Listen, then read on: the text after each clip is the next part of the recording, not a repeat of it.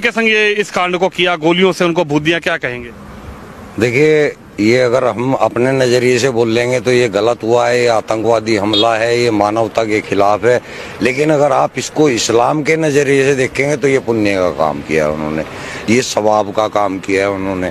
ये कुरान के स्क्रिप्चर सूरह तौबा की जो 5 आयत है उसके अंदर सेम टू सेम यही प्रक्रिया लिखी है कि काफिरों को जहाँ पाओ वहाँ देखो, उनको मारो, घात लगा करके उनको मारो। इन्होंने भी तो वही किया, घात लगा के मारा, बाकायदा उसकी रेकी हुई है। घात क्या इस्लाम में ही लिखा है, कुरान में ही लिखा है किस तरीके से निहत्थे लोगों को इस तरीके से देश के वासियों को भून दिया जाए, उनको मार दिया जाए? आइए, मैंने कुरान की तो आपको आयत बताई है, जो सूरह तौबा है, कुरान की 9वीं सूरह है और उसकी 5वीं आयत है।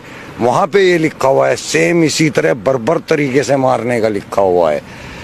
सेम ये लिखा हुआ है कि उनको मारो, जब तक मारो जब तक कि वो ला इलाहा इल्लल्लाह कलमा ना पढ़ ले या जजिया देना कबूल ना कर ले, तब तक मारो। यानी कि पूरे हिंदुस्तान के हिंदुओं का यही हसर होना है इस्लाम के अनुसार।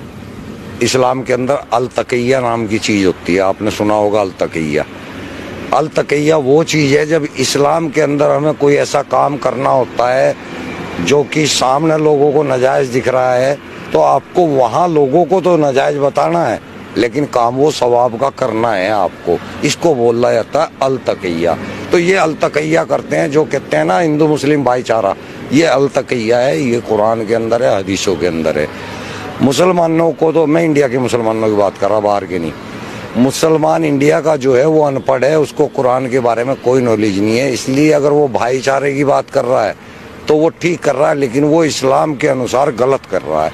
इस्लाम के अंदर कोई भाईचारा इस टाइप का नहीं है।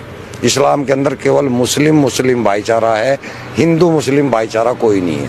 आप पढ़ के देखें या किसी आलिम से बात करके देखें। अब मैं भी आलिम ही हूँ, मैं आप